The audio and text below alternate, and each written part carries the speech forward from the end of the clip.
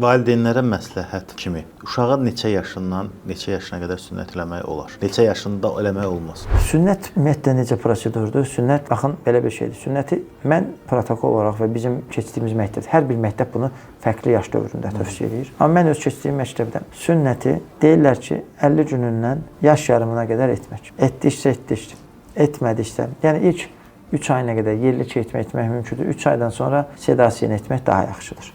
Yaş yarımından sonra 5 yaşa qədər əl vurmuyor. Çünki 2-5 yaş arasında uşaqlar orqanı ilə oynayan olur və onda olan dəyişikliyi başa düşmür, psixoloji problemlər. 5 yaşdan sonra artıq bu dərk edir ki, bu belə olmalıdır və o psixoloji olaraq normal qəbul edir. Yəni, mən düşünürəm ki, sünnəti 50 günündən yaş yarımı arasında etmək ən düzgün vaxtdır. Ən düzgün vaxt. Bəli. Əgər etmədinsə 3 aya qədər, əgər 3 ayına 5 yaşdan gözlə. Əgər yaş yarımına qədər etmədiksə, yəni 18 ayına qədər doğuşdan sonra etmədiksə, artıq 5 yaşından sonra etmək daha məsləhətdir. Bir çox valideynlər bunu saxlayırlar ki, bu sünnət toyu eləyəcəm. Valideynlər məsələn 3-4 yaşında qətiyyən sünnət etmirik. Bizə gələn xəstələri də geri çeviririk. Etmirsiniz. Səbəb odur ki, yox. Yəni bu xəstələr narkozla belə yatızdırıb etdiyimiz xəstə belə ayılanda ciddi problem yaşayır psixoloji. Psixoloji. Bəli.